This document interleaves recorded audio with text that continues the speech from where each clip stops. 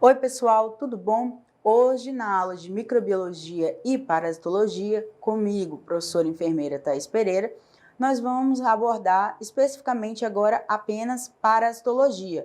No início falamos de microbiologia e agora começaremos a falar de parasitologia. E o que a gente precisa saber? Uma breve introdução a respeito da parasitologia. E o que é essa parasitologia? A parasitologia, assim como a microbiologia, é um ramo especializado das ciências médicas que ela se dedica, no caso, a estudar os parasitas, os que causam doenças nos seres humanos e outros parasitas também. E o que acontece? Nesse estudo, né, desses parasitas dentro da parasitologia, a gente observa que essa é uma área de pesquisa que é bastante diversa, porque existe uma quantidade bem grande de micro-organismos. E esses micro-organismos, eles podem estar dispostos na superfície do nosso corpo, pode estar no interior do nosso organismo, e eles estão distribuídos aí em vários locais e eles têm hábitos extremamente variados e eles também são de fácil disseminação, esses parasitas. E o que acontece? Para quem lida com a saúde humana, no caso nós que somos da área da saúde, a gente precisa entender que dentro da parasitologia a gente também observa as formas como o indivíduo tem contato com esse micro-organismo. Então, o estudo da parasitologia ela vai oferecer a nós, profissionais de saúde, ferramentas para nós conhecermos os principais parasitas causadores de doenças nos seres humanos. E aqui a gente tem as famosas verminoses e as ectoparasitoses. E, a partir desse estudo que é feito na parasitologia, sabendo quais são esses principais parasitas, quais as doenças que eles causam, a gente também pode ter o conhecimento a respeito das medidas profiláticas e terapêuticas. A gente fala aqui de prevenção e tratamento das doenças causadas por esses parasitas. E aqui, dentro desse estudo, né, dessa introdução à parasitologia, a gente tem que compreender esses processos que a gente chama de relação de um parasita com o seu hospedeiro. E como é essa relação? A gente chama essa relação de simbiose. Existem 3 tipos. A gente tem primeiro o comensalismo, onde um organismo ele vai se beneficiar de outro sem causar nenhum dano a ele. Ele não afeta o organismo onde ele está se beneficiando. Já no mutualismo, a gente tem um processo onde ambos organismos envolvidos, tanto o parasita como o ser humano, no caso, eles se beneficiam de forma mútua, os dois. Como já diz, mutualismo. No parasitismo, a gente já tem o caso de micro-organismos que eles estão em outro organismo vivo e eles estão causando prejuízos. E aí o que você me pergunta, mas professora, eu quero um exemplo do que são esses processos de comensalismo, mutualismo e parasitismo. A gente tem aqui o Entamoeba coli, que não é para a gente confundir com o E. coli, porque o Entamoeba coli é um protozoário e o E. coli é uma bactéria. E o Entamoeba coli, ele vive normalmente no nosso intestino, ele se alimenta dos detritos que são formados ali do nosso processo digestivo e ele não causa nenhum dano ao organismo, ele é benéfico, no caso, para o nosso organismo. No caso do E. coli, ela é uma bactéria que a gente tem contato com ela desde os nossos primeiros momentos de vida, logo após o nascimento, quando a gente começa a se alimentar, né, do leite materno, a gente já tem a presença do E. coli ali no nosso intestino. E o E. coli ele é caracterizado como um micro-organismo que participa desse processo de mutualismo, por quê? Tanto o nosso organismo como ele se beneficiam, porque ele se alimenta também dos micronutrientes e dos detritos formados ali no processo da nossa digestão, mas ele também é importante porque ele é responsável por sintetizar a vitamina K no nosso organismo, sendo que a vitamina K ela é importante para nós porque ela participa do processo de coagulação no nosso organismo. E ela também é a vitamina responsável por ajudar o cálcio a fixar nos ossos. Ela também ajuda no processo de ossificação e calcificação do nosso organismo. E também tem o fato de que a E. coli, como ela é responsável por essa sintetização da vitamina K no organismo humano, assim que o RN nasce, no caso o recém-nascido, ele nasce, geralmente tem como protocolo, né, na maternidade realizar a aplicação via intramuscular, no caso na musculatura, né, do RN, a vitamina K. Por quê? Porque ele ainda não tem o E. coli ali no organismo dele. Ele ainda precisa se alimentar, no caso do leite materno, ter o contato com a mãe para ter o E. coli. E para evitar problemas de coagulação, no caso hemorragias, nesse recém-nascido, é aplicado a vitamina K, que, lembrando, ela é sintetizada pela bactéria E. coli, presente no nosso intestino.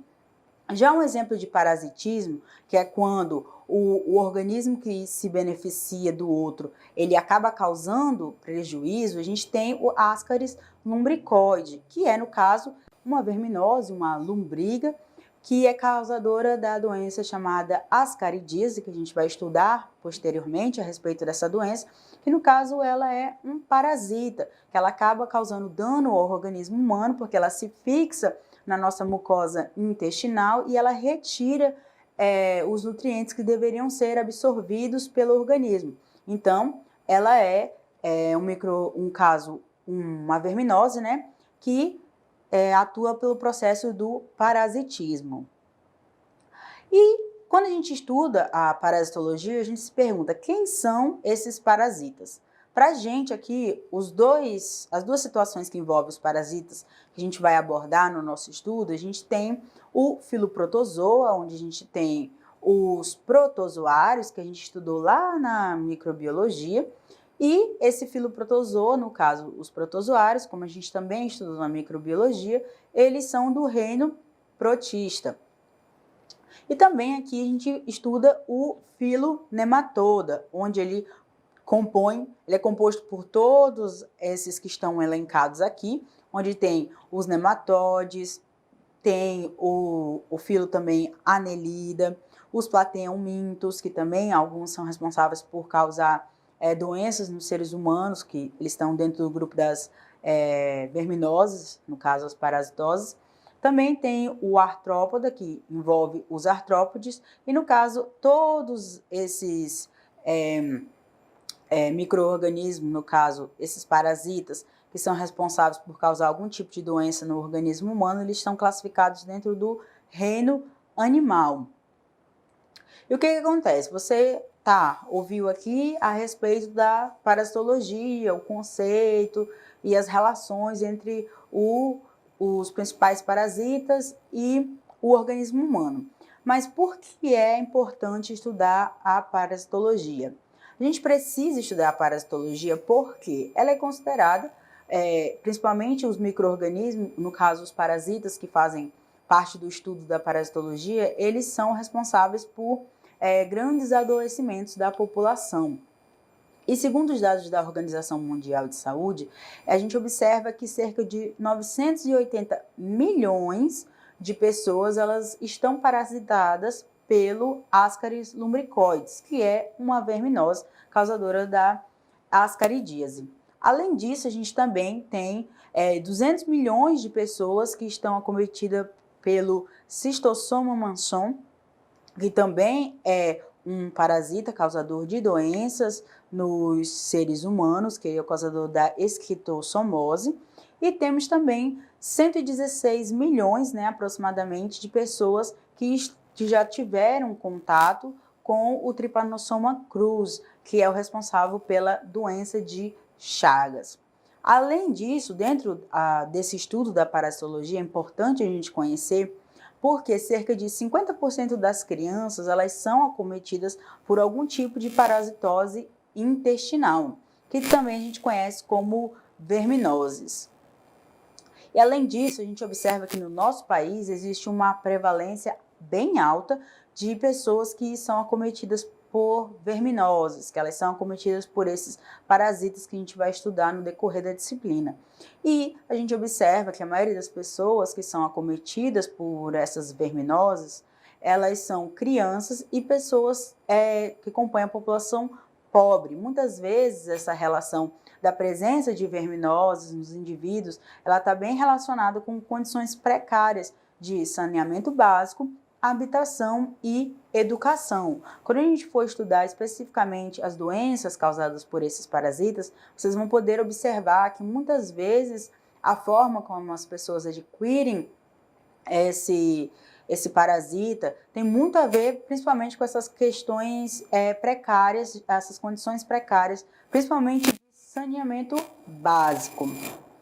O que acontece? Os profissionais de saúde, né, no caso nós precisamos ser bem treinados, no caso estudar bastante a respeito da parasitologia, para a gente poder saber lidar com pessoas que estão acometidas por esses parasitas. Então, saber o processo de profilaxia, do diagnóstico e do tratamento dessas doenças. E o que acontece? Agora a gente vai entrar na parte de conceitos gerais relativos especificamente ao tema de patogenicidade. O primeiro conceito que a gente tem que entender é a patogênese. Quando você vê esse termo patogênese, você deve pensar em várias coisas, mas patogênese significa o quê? É o processo pelo qual os micro-organismos eles causam doença. No caso aqui, a gente está falando dos micro-organismos que causam doenças ao organismo humano pelo processo de serem parasitas. Então, a patogênese é todo o processo que envolve quando esse micro-organismo causa uma doença a nós seres humanos. E dentro dessa situação da patogênese, a gente precisa compreender alguns processos que a gente vai ver detalhadamente daqui para frente na aula. O primeiro processo que a gente tem é a exposição, depois a aderência, a invasão, a infecção e a doença propriamente dita, como vai ser objeto de estudo futuramente para a gente aqui na disciplina. E o que acontece? Esses micro-organismos, eles são chamados de patógenos, que no caso, patógenos são aqueles micro-organismos capazes de causar doenças aos seres vivos, aos seres humanos também. E o que acontece? Alguns desses micro-organismos, eles são considerados altamente patogênicos, porque são aqueles micro-organismos que tendem a causar doenças aos seres humanos com frequência, enquanto existem outros micro-organismos patogênicos que eles não causam doenças assim de forma tão frequente, é mais raro. E dentro disso a gente ainda tem os patógenos que a gente chama de oportunistas, que esses patógenos geralmente eles estão ligados a micro-organismos que habitam naturalmente o corpo humano, na nossa flora residente, né? Ele habita a nossa microbiota residente aqui no nosso organismo o tempo todo, só o que acontece? Se acontecer uma situação onde a pessoa estiver com o sistema imunológico comprometido, se ela for uma pessoa que está classificada como um sistema imunológico imunocomprometido, a gente pode acabar visualizando que essa pessoa pode ter uma infecção, desenvolver um processo infeccioso por uma bactéria que normalmente não causaria nenhum tipo de doença em pessoas saudáveis. Um exemplo disso que a gente tem, né, são os Staphylococcus aureus, que é um micro-organismo que a gente estudou lá na microbiologia, que ele é uma bactéria no caso gram-positiva, e esse Staphylococcus aureus, ele é encontrado normalmente, né, nas nossas vias respiratórias, mas em pessoas imunocomprometidas ou imunossuprimidas, no caso de pessoas com câncer ou com AIDS, elas podem acabar desenvolvendo pneumonia, em decorrência desse micro-organismo, o Staphylococcus aureus, que ele normalmente habita no nosso organismo.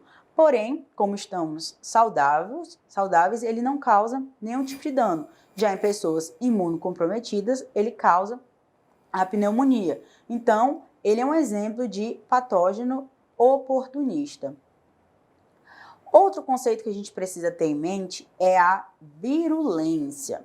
O que é a virulência? A virulência ela é caracterizada como uma medida quantitativa da patogenicidade relativa ao número de micro-organismos necessários para causar uma determinada doença. E o que é exatamente essa virulência? Eu falei lá que a gente tem os patógenos, que são aqueles micro-organismos capazes de causar doenças aos seres humanos, e dentro disso a gente tem um processo que a gente chama de patogenicidade, que é o processo de como esse micro-organismo vai agir no corpo humano para causar doenças. E na virulência a gente já tem a questão de que esse patógeno tem a capacidade de se multiplicar no organismo humano e, a partir disso, dar origem a uma doença. Então, a virulência é a questão da medida quantitativa de quando um micro-organismo é capaz de causar uma doença no organismo humano através do seu processo de multiplicação, a partir dele infectar uma célula, né, no caso do corpo humano, e se multiplicar e, a partir disso, causar uma doença. E o que acontece? Um outro conceito que a gente precisa ter em mente se chama atenuação. E o que é a atenuação? A atenuação é quando ocorre a diminuição ou a perda da virulência de um patógeno. Isso quer dizer que aquele patógeno já diminuiu a capacidade de infectar o corpo humano, de infectar novas células. Então, a gente chama esse processo de atenuação. Dentro desses conceitos gerais, a gente precisa entender o mecanismo de patogenicidade. O que a gente observa? A gente tem aqui uma imagem de um dedo que sofreu um corte. Nós aqui temos a pele, né, humana, e a pele humana ela se encontra íntegra. No caso, não tem nenhum tipo de corte ou arranhão, nada do tipo. Mas aqui na imagem, a gente já viu que esse dedo já sofreu um corte, então a pele deixou de ser íntegra. Já que essa pele deixou de ser íntegra, ela está, no caso, exposta, né, a correr o risco de se contaminar com micro-organismos. E esses micro-organismos, algumas vezes, eles podem ser encontrados na palma da nossa mão mesmo, ou na nossa pele, e eles fazem parte da nossa microbiota residente, da nossa flora residente. E a primeira situação que acontece é a exposição, né, do corpo humano a micro-organismos que podem estar ali. Além dessa situação de sofrer um corte da pele e deixar de ser íntegra, a gente também pode ter contato com diferentes micro-organismos através das vias respiratórias, através da via intestinal, gastrointestinal, através das vias urinárias. São algumas vias que a gente pode acabar sendo contaminado através desse processo de exposição. Logo em seguida, a gente tem uma outra situação, né, desse mecanismo de patogenicidade, que a gente chama de adesão.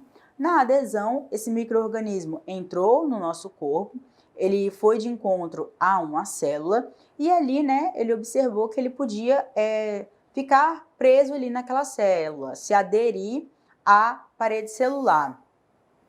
E, posteriormente, ele observa, né, que ele pode realizar o processo que a gente chama de invasão, que é quando aquele micro-organismo, que ele se aderiu à membrana plasmática, né, daquela célula, ela observa que pode entrar na célula e, a partir desse processo de invasão, a gente tem a infecção propriamente dita, que é quando o micro-organismo começa a se replicar, no caso se for um vírus, ou se multiplicar, no caso de uma bactéria, e ali ele começa a liberar algumas toxinas, a depender do micro-organismo.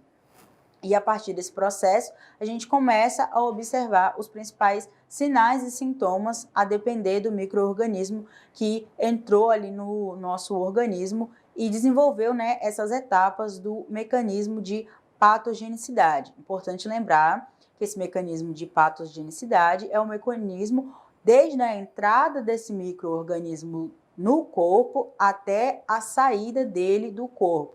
E dentro desse processo, a gente tem a exposição, a adesão, a invasão e a infecção. São os principais 4 processos que envolvem o mecanismo de patogenicidade.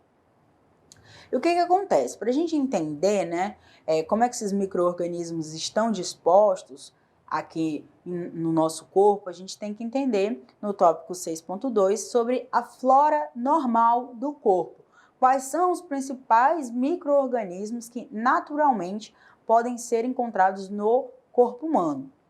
Então, aqui a gente vai compreender a respeito das interações normais entre o homem e os principais micro-organismos que habitam o nosso corpo. No caso, a gente tem a microbiota, que também pode ser chamada de flora, que ela se desenvolve normalmente no nosso organismo e desenvolve também uma relação simbiótica, no caso, o micro-organismo com o hospedeiro, no caso, o hospedeiro mamífero, nós, seres humanos. E daí, dentro dessa interação, né, essa microbiota, ela muitas vezes ela é constituída por uma variedade de micro-organismos, né? E esses micro-organismos, eles habitam ali diferentes locais do nosso corpo, principalmente a nossa pele. Mas também existe um processo de equilíbrio, né, entre os micro-organismos que tem, principalmente na nossa pele, os que podem ser potenciais causadores de doenças ou não. Nosso organismo é capaz de fazer essa regulação dessa microbiota. E o que acontece? A microbiota, normalmente, dos seres vivos, ela começa a se desenvolver a partir do processo do parto.